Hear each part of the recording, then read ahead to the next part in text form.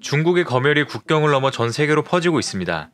이전 영상들에서 중국에서 CCTV로 사람들을 감시하고 앱에 백도어를 설치해 통제를 한다는 내용들을 전달드린 적이 있습니다. 그런데 이제는 14억 인구 시장을 무기삼아 전 세계 국가와 기업들에게 대만, 홍콩 문제 등 민감한 사안을 언급할 시 차단과 퇴출 등 각종 압박을 일삼고 있는 것인데요. 중국이 어떤 압박과 횡포를 부리고 있는지 자세히 알아보겠습니다. 구독과 좋아요, 알림 설정 부탁드립니다.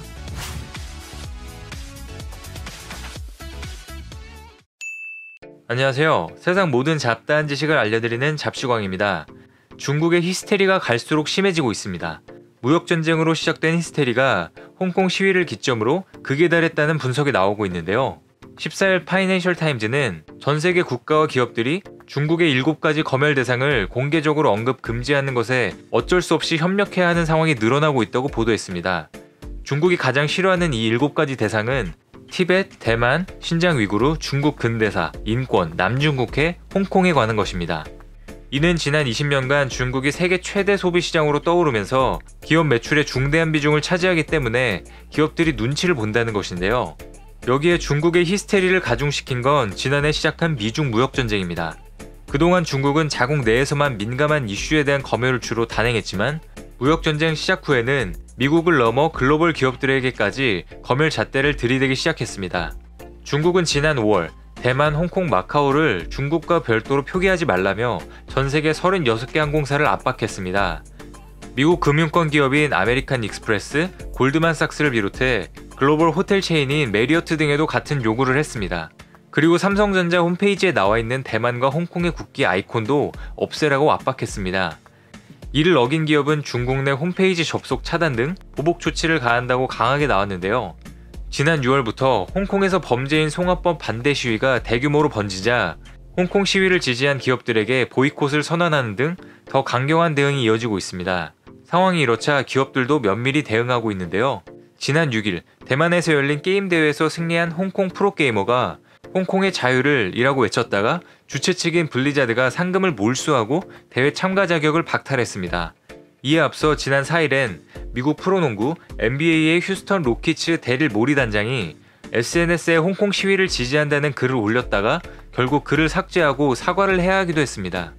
단장이 저렇게 한마디 했다고 바로 중국 공영방송 CCTV와 온라인 스트리밍 서비스를 하는 텐센트에서 보복 조치로 NBA 중계 중단 조치를 취했습니다.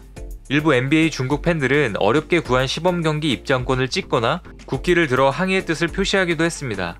SNS에 올린 동영상을 보면 중국의 존엄과 통일에 비하면 NBA는 공놀이일 뿐이라면서 표 3장을 찍고 티셔츠에 쓰여있는 중국을 가리켰습니다.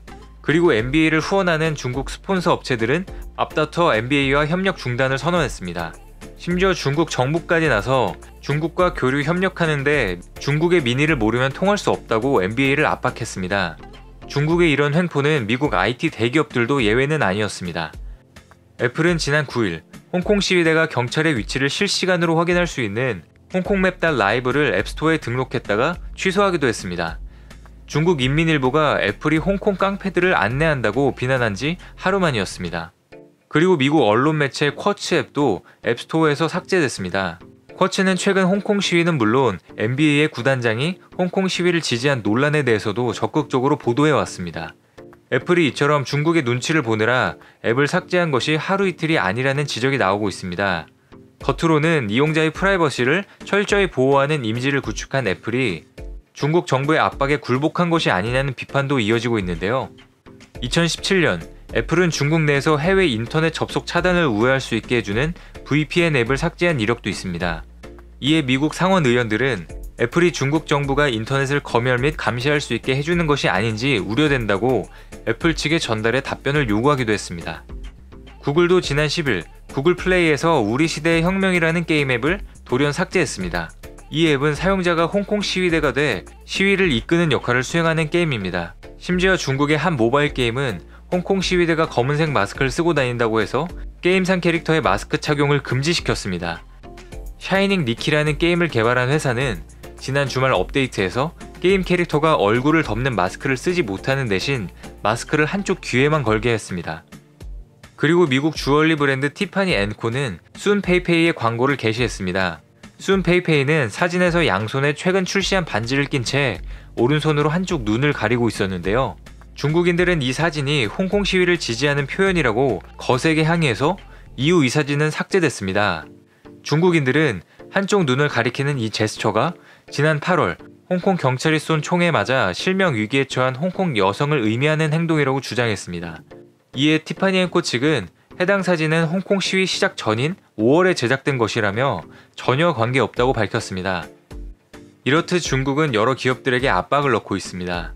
중국에서 NBA 시청자는 연간 5억 명에 달하고 애플은 중국 매출 비중이 세 번째를 차지할 정도로 큽니다. 애플은 자사 제품의 90%, 금액으로 환산하면 연간 100조 원어치를 중국에서 조립 생산하고 있으며 애플 전체 수익의 20% 정도를 차지하고 있습니다. 차이나머니가 전 세계 곳곳에 스며들며 영향력이 커지고 있습니다. 최근 미중 무역 협상 스몰딜로 어느 정도 긴장이 완화되면서 중국의 입김은 점점 세지는 것 같습니다. 이제는 대놓고 노골적으로 협박을 하는 수준입니다. 앞으로 전 세계 기업들에게 중국의 횡포가 언제까지 이어질지 잘 지켜봐야 할 것 같습니다. 오늘 준비한 소식은 여기까지입니다. 이 영상이 도움이 되셨다면 구독과 좋아요 부탁드립니다. 감사합니다.